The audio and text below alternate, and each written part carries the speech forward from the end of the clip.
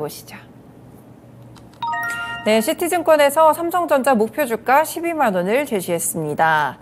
네, 삼성전자 이슈가 있었죠. 이제 저희가 한 주 지나갈 동안 HBM과 관련돼서 드디어 엔비디아 향으로 좀 긍정적인 뉴스가 나왔던 것 같습니다. 이슈부터 살펴주시죠. 네, 맞습니다. 시티가 12만 원을 제시를 했더라고요.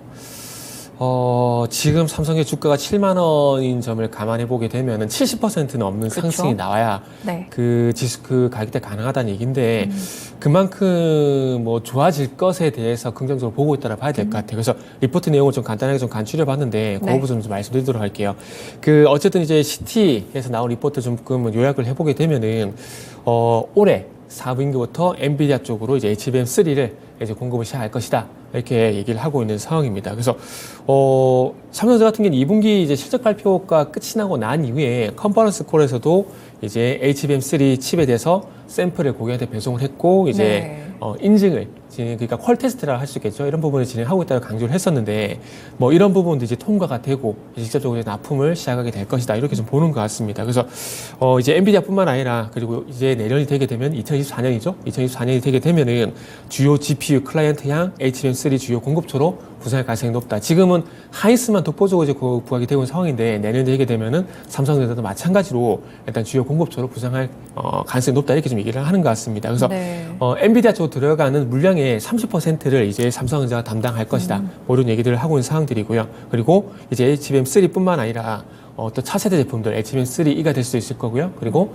뭐 HBM4가 될지 5가 될지 모르겠지만 또 차세대 제품에 대해서도 이제 공급을 하지 않을까라고 좀 예상을 하고 있는 상황입니다. 그러다 보니까 하이닉스가 지금 현재 HBM을 공급을 하게 되면서 3분기에 현재 조심스럽게 흑자 전환에 대한 얘기가 나오고 있는 상황입니다. 그리고 그러다 보니까 이 HBM 공급을 또 삼성전자도 공급을 하게 되면서 내년에 영업이익이 좀 더 개선이 될 것이다. 뭐 정확한 수치는 얘기를 하진 않고 있어요. 한 10% 정도 상향이 될 것이라는 얘기를 하고 있는데 요거는 이제 올해가 끝이 나고 난 다음에 보시면 될 것 같고요. 어쨌든 삼성전자도 HBM3에 이제 동참을 하게 되면서 좋아진다. 이게 어떤 결론이라고 좀 보시면 될 것 같습니다. 그래서 하이닉스 같은 경우는 이제 뭐 HBM 같은 경우에 이 선단 공정, 차세 제품으로 승부를 하게 되고 삼성전자 같은 경우는 메모리, 파운드리, 첨단 패키징으로 이어지는 이런 공정에 대해서 또 차별화를 진행한다. 뭐 이런 내용들이 주라고 좀 보시면 좋을 것 같습니다. 네, 그렇군요. 그러니까 삼성전자가 결국에 HBM으로 인해서 그동안에 좀 부진을 돌파하면서 뭔가 더 이익을 낼 만한 것들이 생겼다는 게 시티증권 좀 포인트인 것 같은데 이제 전반적으로 반도체 업황이 반등한다는 소리가 있어서 이제 주가가 많이 올라갔었는데 그럼 이제 다시 HBM 쪽으로 좀 집중을 저희가 해봐야 될까요? HBM은 뭐 계속해서 뭐 올해뿐만 아니라 내년에 이렇게 집중을 해야 될 것 같아요. 왜냐하면은 이제 시장에서 결국 주목을 하냐 안 하냐 그게 좀 중요한 거거든요. 그래서 아무리 종목이 좋은 이슈가 있다고 하더라도 시장에서 주목하지 않으면 아무 의미 없다라고 봐야 될 것 같아요. 예를 들게 되면은 완성차 같은 경우는 지금 7월달, 8월달 같은 경우도 판매량이 괜찮거든요. 맞죠. 그리고 2분기 같은 경우도 역대급 실적이 나왔고. 그런데 시장이 주목을 안 합니다. 그러니까 아무리 좋아도 시장에서 주목을 안 하면 아무 의미가 없다라는 거죠. 그런데 그동안 이제 삼성전자 같은 경우는 HBM 관련돼서 소외가 좀 됐었는데 이제 시장에서 주목을 하고 있는 상황들이기 때문에 이제 좀 지켜볼 만한 분위기가 좀 생겼다 볼 수가 있겠죠. 저희가 이 시간을 통해서도 모건스탠리 얘기를 상당히 많이 했었는데 모건스탠리 같은 경우에 작년 9월 26일, 28일 그때 당시에 빙하기가 끝나간다는 리포트를 제시를 하게 되면서 그때 당시 엔비디아가 상승하기 시작했었고 우리나라 같은 경우는 삼성전자 하이닉스가 반등하는 그런 계기가 됐었는데 뭐 이런 리포트가 앞으로도 계속 뭐 많이 나올 가능성이 높다라고 좀 보시면 좋을 것 같습니다. 그렇기 때문에 이제 삼성전자 가지고 좀 고민을 했었고 조금 이제 장기 투자하신 분들 같은 경우는 이 삼성전자를 이제 보유해야 될 만한 이유가 또 생겼다라고 볼 수가 있을 것 같아요. 이제 12만 원이 뭐 중요하겠지만은 이게 아시겠지만 삼성전자 같은 경우는 2021년도 1월 달에 96,800원. 이게 때가 고점이었거든요. 맞아요. 그래서 이제 12만 원을 가지 않는다고 하더라도 요 종목은 8만 원, 한 9만 원대 부분까지는 일단 메모리 정도만 보더라도 충분히 메모리만 잘 되더라도 충분히 9만 원대 가격은 좀 볼 수 있다라고 볼 수가 있을 것 같습니다. 근데 12만 원 같은 경우는 개인적으로 이제 저는 뭐 비메모리 쪽도 받쳐줘야 저는 그게 가능하다 생각을 하고 있거든요. 작년에 제가 조금 이제 한 8월 달인가? 그때 당시에 이제 15만 원 얘기했다. 욕 뒤지게 먹었었는데, 메모리만 하더라도 10만 원이 가능하고, 거기다 비메모리까지 받쳐주게 되면 15만 원이 가능하다는 얘기를 했었어요. 근데 그때 당시에 삼성의 주가가 되게 안 좋았었거든요. 그러니까 너무 좀 빨리 얘기를 제가 한 것 같아요. 그 다음에 욕 뒤지게 많이 먹었는데, 어쨌든 뭐 이제 모건스티가 얘기를 하고 있고, 시티가 얘기를 하고 있기 때문에, 이제는 뭐, 이제, 그 욕했던 분들이 좀 좋게 좀 봐주지 않을까 생각이 듭니다. 그래서 어쨌든 이제 삼성전자 같은 경우도 메모리 부분에서 좋아질 만한 부분들이 생겼기 때문에 이제 더 이상 실적은 나빠지지 않는다고 보시면 될 것 같아요. 그래서 주식시장의 바닥은 이미 확인이 됐다고 보시면 되고 그리고 이제 또 중요한 것들은 이제 업황에 대한 바닥이 이제 거의 확인이 됐다고 보시면 될 것 같습니다. 최근에 뭐 DDR5 같은 경우에 가격이 좀 반등하고 있다는 얘기가 있고 그리고 낸드 같은 경우는 계속해서 안 좋은 얘기가 있잖아요. 맞아요. 근데 낸드도 걱정하실 필요가 없다라고 봅니다. 왜냐하면은 지금 엔비디아의 실적 같은 경우는 데이터 센터형 매출이 계속 증가할 것이고 그 부분이 이제 부각이 되고 있는 상황들이거든요. 그러면 이 데이터 센터 같은 경우에는 중요한 가장 많은 비중을 차지하고 있는 것들이 서버하고 저장 장치입니다. 그런데 이 저장 장치, 서버 저장 장치의 비중이 한 최대 70가량이 되거든요. 근데 이 저장 장치에서 또 SSD가 좀 차지하는 비중이 또 44.8%입니다. 그러면 이 또 저장 장치에 들어간 SSD가 제가 방금 44.8%를 말씀드렸잖아요. 그러면 데이터 센터 구축이 많이 일어나고 용량이 많이 일어나게 되면은 당연히 SSD가 수요가 늘어날 수밖에 없거든요. 그런데 이 SSD 같은 경우에는 SSD 컨트롤러가 있고요. 그리고 SSD 안에는 SSD 컨트롤러가 있고 그 안에 낸드가 병렬식으로 이렇게 쭉 늘어나 있습니다. 이게 왜 말씀드리냐면은 결국 데이터 센터에 대한 수요가 증가하게 되면은 낸드에 대한 수요도 올라갈 수밖에 없다는 거죠. 그러니까 즉 AI라든지 데이터 센터 수요가 늘어나게 되면서 이 HBM과 같은 하이엔드 DRAM 수요가 늘어난 것처럼 낸드 같은 경우는 앞으로 수요가 증가할 가능성이 상당히 높기 때문에 너무 걱정하실 필요가 없다는 거죠. 그렇기 때문에 디램 같은 경우는 아마 좋아질 가능성이 상당히 높다고 보시고 그리고 낸드 쪽 같은 경우도 관련주가 있다라면은 좀 리스트업을 할 필요가 있다라고 말씀을 좀 드리고 싶어요. 그리고 삼성전자에 이런 좋은 뉴스가 나왔음에도 불구하고 시장은 그렇게 폭발적으로 반응을 하진 않고 있습니다. 그렇더라고요. 그죠? 딱 하루 왜 그럴까? 반응했었어요. 근데 그 하루도 삼성전자 6% 반등이 나왔었는데 그날도 삼성전자가 이렇게 오르는데 라고 말씀하시는 분도 많았었거든요. 그렇다면은 제가 항상 이제 종목에 대해서 말씀드릴 때 이 말씀 드리거든요. 종목에 영향을 주는 이슈는 제일 아래에 종목, 그 위에 업종, 그 위에 시장이 있다고 말씀드렸는데 어쨌든 이제 CT의 리포트 같은 경우는 종목 그리고 업종이 될 가능성이 있다라는 겁니다. 그러면은 업종, 종목에 대한 좋은 이슈가 나왔는데 그럼에도 불구하고 못 간다라는 것은 그 상단에 있는 시장 이슈가 조금 발목을 잡을 가능성이 있다라는 것들이죠. 저는 개인적으로 경기 지표가 안 좋게 나오는 것들은 안 좋게 봐야 된다고 생각을 좀 하고 있거든요.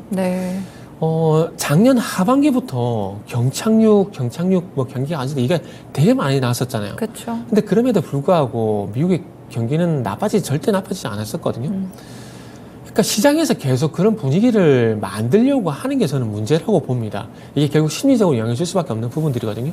근데 그런 얘기를 했음에도 불구하고 경기가 나빠지지 않고 꿋꿋하게 경기가 성장을 하게 되면서 그런 경기에 대한 우려감을 불식시켰는데 이 경기 지표가 안 좋게 나오게 되면은 이제 그게 현실화가 되기 때문에 또 시장의 악재가 될 수 있다는 거죠. 무슨 얘기냐면은 지금 이제 경기라면 죄송합니다. 그 경기라기보다는 금리 인상을 막을 수 있는 것들은 결국 이제 경기 지표거든요. 그런데 지난주 금요일 아시겠지만 고용지표, 비농업 부문 취업자 수 그리고 실업률 이게 나왔는데 이게 조금 안 좋게 나왔거든요. 3.5%가 3.8%가 나왔어요. 2022년도 2월 달에 4%를 기록한 이후에 뭐 실업률 같은 경우 최대치를 보시면 되는데 이게 실질적으로 일자리가 없다라기보다는 이 경기에 참여하는 인원이 더 많아지게 되면서 실업률이 올라가는 겁니다. 그런데 시장에서는 항상 제가 말씀드리지만 보고 싶은 건 본다고 그런 내용들은 보지 않고 단순히 예상치를 하했다는 부분들 그리고 실업률이 올라갔다는 부분들 여기에 포커스를 맞춘다라는 거죠. 여기에 포커스를 맞추게 되면서 만약에 혹시라도 연준이 금리를 동결을 하게 된다라면은 이게 물론 이제 유동성 측면에서 봤을 때 금리 동결을 하게 되면은 이제 금리 인상에 대한 우려감들이 해소가 되고 금리 인상으로 인한 어떤 경기의 어떤 영향 가능성이 작아지기 때문에 일시적으로는 이슈가 호재가 될 수가 있습니다. 그런데 중요한 건 이게 단계에 끝이 나면 좋겠지만은 이거를 뛰어넘어서 다음을 생각을 해야 되는 거거든요. 그렇죠. 고용 지표가 안 좋게 되면 결국 경제에 대한 우려감들이 시간차가 줄고 발생이 될 수밖에 없다라는 겁니다. 그렇기 때문에 제가 봤을 때는 이 삼성전자에 대해서 충분히 좋은 이슈가 나왔음에도 불구하고 시장이 조금 정체에 들어갔다는 것들은 아마 이 방금 말씀했듯이 시장의 그 업종을 뛰어넘는 시장 이슈, 그러니까 경기 지표가 안 좋아지게 되면서 경기에 대한 우려감들이었던 그런 싹들이 올라올 가능성이 있기 때문에 이런 반응들이 나오는 것이 아닌가라고 봅니다. 그래서 지금은 어쨌든 금리 인상을 하는 게 맞고 어찌 보면은 경기 지표가 계속 좋아지는 게 어찌 보면 더 좋다라고 봐야 될 것 같아요. 그래서 9월 FOMC에 어떤 결정을 할지 모르겠지만 만약에 이 고용 지표를 참고를 하게 되면서 9월 달에 동결을 만약에 하게 된다면은 동결을 했기 때문에 일시적으로는 시장이 좋게 반응할 수가 있겠지만은 앞으로 인상이 아닌 동결적으로 계속해서 기울어질 만한 그런 언급이라든지 그리고 시장에 대한 판단이 나오게 된다라면은 좋게 봤던 것들이 손바닥 뒤집어지게 되면서 경기 우려감이 제기되게 되고 그렇게 되면서 이런 것들이 주식시장에 악재가 될 가능성이 있기 때문에 그런 것들도 어찌 보면 우리가 좀 봐야 될 것 같아요. 그래서 어제 같은 경우는 시장의 전반적인 분위기가 좋았지만은 그럼에도 불구하고 타 방송에서는 그렇게 좋게 평가를 하지 않았었거든요. 좀 조심하다 말씀드렸는데 그렇기 때문에 어쨌든 삼성전자 좋은 이슈가 나왔지만은 더 중요한 것은 시장의 어떤 바라본 시선이란지 시장의 어떤 현상을 조금 더 볼 필요가 있을 것 같습니다. 그래서 결론은 뭐냐면은 시장은 어쨌든 10월 달까지는 조금 정체에 들어갈 가능성이 상당히 높을 것 같아요. 그렇기 때문에 시장 매매보다는 아무래도 지금 삼성전자 말씀드리고 있다 보니까 이 삼성전자인지 하이닉스를 보는 것보다는 그 하단에 있는 반도체 소부장 쪽으로 일단은 보는 것들이 좀 더 승산이 있다. 그런 말씀도 좀 덧붙여 드려야 될 것 같습니다. 네, 알겠습니다. 요즘은 좀 안 좋은 뉴스, 경기 지표에 대한 뉴스들이 금리 쪽으로 연결이 되면서 오히려 좋은 뉴스로 작용하는 경우가 많은데 사실은 나쁜 뉴스를 길게 봤을 땐 나쁜 소식은 나쁜 소식이 맞으니까요. 그쵸. 결국 시장에 좀 반영이 된다는 점도 체크를 해보셔야 될 것 같습니다.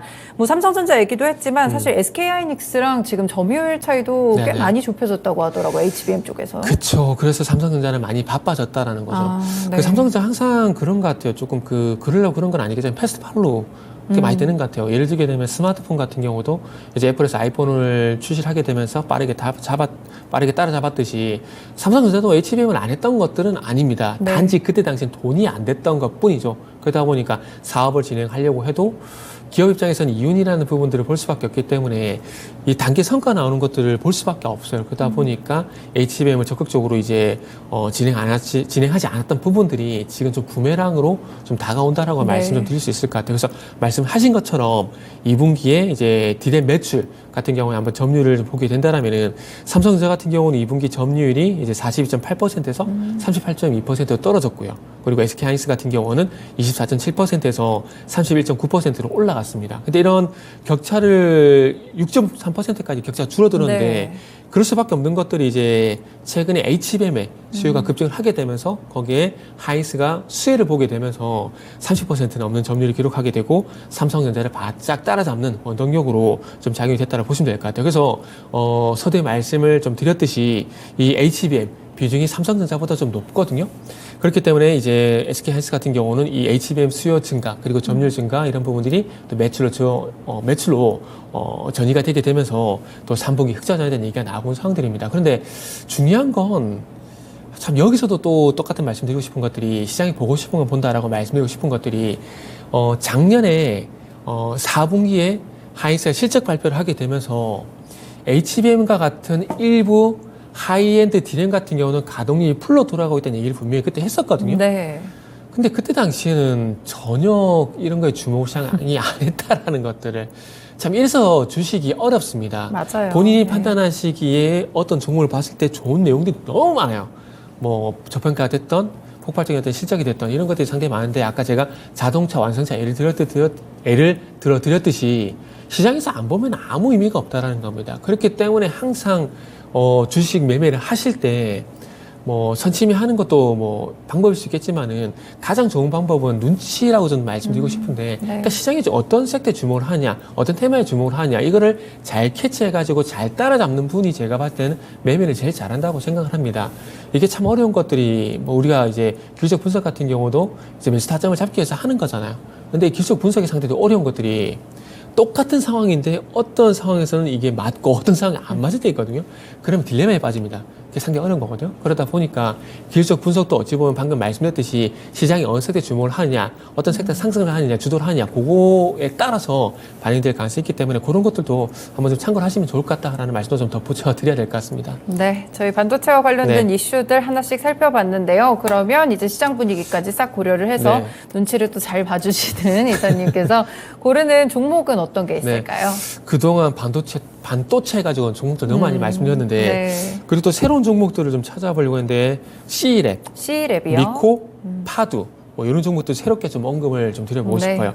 C랩 같은 경우는 이제 엔비디아 관련주라 좀 보시면 될 것 같은데 뭐 트렌드 포스에서 2024년까지 뭐 HBM 공급량이 연평균 뭐 105% 성장할 것이라는 전망이 나왔고 이런 것들은 뭐 HBM 관련주 호재가 될 만한 내용들이니까 참고 좀 해보시면 좋을 것 같습니다. 일단 C랩 같은 경우는 GPU의 활용을 높여준 솔루션 유니를 현재 판매를 하고 있습니다. 그러니까 이게 2019년도부터 엔비디아와 파트너십을 유지를 하게 되면서 제품 판매권을 확보를 했습니다. 그래서 그때부터 계속해서 이제 공급을 하고 있는 상황들이고 최근에는 아시겠지만은 엔비디아가 시장에서 계속 주목을 받고 있다 보니까 아시겠지만 엔비디아 연관된 종목들 뭐 한미 반도체 그리고 이스페타시스 이런 종목들이 부각이 됐던 것처럼 C랩 같은 경우도 한번 관심을 가져보면 좋지 않을까 좀 판단이 들어요. 이 종목 같은 경우에 작년 12월 달부터 올해 3월 달까지 좀 반등이 나왔었다가 최근에 좀 많이 쉬었어요. 많이 쉬었는데 시장에서는 항상 말씀드리지만 새로운 수혜주를 찾기 때문에 C랩 같은 경우도 한번 리스트업을 하셔가지고 보시면 좋지 않을까 생각이 들고요. 그리고 최근에 8월 30일 같은 경우는 또 상한가에 갔던 이력이 있기 때문에 앞으로도 변동성 확대가 좀 기대가 되기 때문에 한번 보시라는 말씀 좀 드려보고 싶고요. 그리고 미코 같은 경우도 후공정 관련주라 좀 보시면 좋을 것 같은데 삼성전자가 조금 전에 말씀드렸듯이 뭐 엔비디아, AMD 그리고 앞으로도 뭐 매출처가 좀 확대가 될 가능성이 상당히 높은데 이게 삼성전자가 HBM 수주를 하기 위해서 이제 패키징 시설에 대해서 대대적인 어떤 확충 계획이 있습니다. 이럴 수밖에 없는 것들이 전략을 좀 바꿨어요. 이제는 수주를 받고 이제 증설하는 그런 방식이었는데 이제는 충분히 만들 수 있는 캐파를 만들어 놓고 우리 쪽으로 맡겨라. 들어와 이런 전략으로 좀 바꿨다고 보시면 될 것 같은데 그래서 그런 부분과 관련했을 때 후공정 관련 종목들을 많이 봐야 됩니다. 대표적으로 SK 반도체라는 종목들이 있을 수가 있는데 그거와 관련돼 가지고 최근에 좀 그 후공정 본딩 장비가 많이 좀 부각이 되고 있잖아요. 그러다 보니까 한미 반도체 주가 상승이 상당히 가파르게 나왔었는데 이 미코 같은 경우는 반도체 후공정 본딩 장비용 펄스 히터라는 신제품을 출시를 했습니다. 올해 6월 달에 삼성전자 쪽으로 퀄 테스트를 진행한다는 얘기가 있었는데 아직까지 결과에 대한 부분들은 나오지 않고 있습니다. 나오지 않고 있고 기사 검색을 해보고 리포트 검색을 해봐도 아직까지 이 퀄 테스트 마무리됐다는 얘기가 나오지 않고 있는데 그러다 보니까 조금은 이제 좀 기대가 되는 것이 아닌가 좀 볼 수 있는 것 같은데 그러나 어쨌든 이제 펄스히터 같은 경우는 이 본드 장비가 좀 필수적인 장비가 될 수밖에 없는 부분들입니다. 삼성전자 같은 경우는 어드밴스드 패키징이라 그래가지고 첨단 패키징을 이제 추진하고 있는 상황들이기 때문에 이 패키징 어드밴스드 패키징 확대가 되게 되면은 그 펄스 히터 같은 경우는 필수로 들어갈 수밖에 없는 상황들이기 때문에 미코 같은 경우는 또 새롭게 한번 삼성전자 후공정 관련돼 가지고 수혜주로 한번 보시면 좋지 않을까 하는 판단에 미코라는 종목도 준비를 했습니다. 그래서 이슈 관련주 돼 가지고 뭐 C랩이란지 미코 한번 보시면 좋을 것 같고요. 그리고 마지막으로 파도요? 파도도 말씀 주시죠. 파드 같은 경우는 아까 제가 낸드 계속해서 강조해서 말씀드렸었는데 파드 같은 경우는 엔비디아 어떤 간접적인 수혜주라고 좀 보시면 좋을 것 같아요. 그 모건 스탠리가 엔비디아의 데이터 센터 매출이 20조가량을 전망을 했고요. 앞으로 한 5년간 데이터 센터의 매출이 이제 주된 캐시카우가 될 것이다 그런 얘기를 했었는데 이 데이터 센터 같은 경우는 이제 바라보는 부분들이 이제 메타라든지 그리고 구글이든지 이쪽으로 좀 볼 수밖에 없습니다. 그리고 데이터 센터를 구축하게 되면은 서버하고 저장 장치 비중이 최대 한 70%가 된다는 말씀 아까 드렸지 않습니까? 드렸는데 여기에 이제 들어가는 데이터 센터에 특화가 된 SSD 컨트롤러를 주력으로 이 파드라는 회사가 생산을 하고 있습니다. 물론 생산은 TSMC 쪽으로 맡기고 있고요. 이 회사는 페니소프트 기업이거든요. 그래서 이 데이터 센터 특화가 된 SSD 컨트롤러를 가져와 가지고 이거를 SK 하이닉스로 납품하게 되고 SK 하이닉스가 이거를 납품받아가지고 SS 생산해가지고 메타 쪽으로 납품을 하고 있습니다. 결국 메타향인데 서두에 말씀드렸듯이 결국에 엔비디아가 데이터 센터 매출이 늘어날 거니 말씀드렸거든요. 네. 그렇기 때문에 메타 쪽으로 이제 납품이 늘어나게 되면은 결국 엔비디아 관련된 수혜라고 볼 수가 있기 때문에 오늘은 이제 픽 종목으로 파도라는 종목을 한번 말씀을 드려보도록 하겠습니다. 최근에 신규 상장주입니다. 8월 7일 신규 상장을 했고요. 그리고 네. 유통주의수가 38%입니다. 68%가 또 이제 묶여 있는 상황이거든요. 그렇기 때문에 어찌 보면 이제 품절주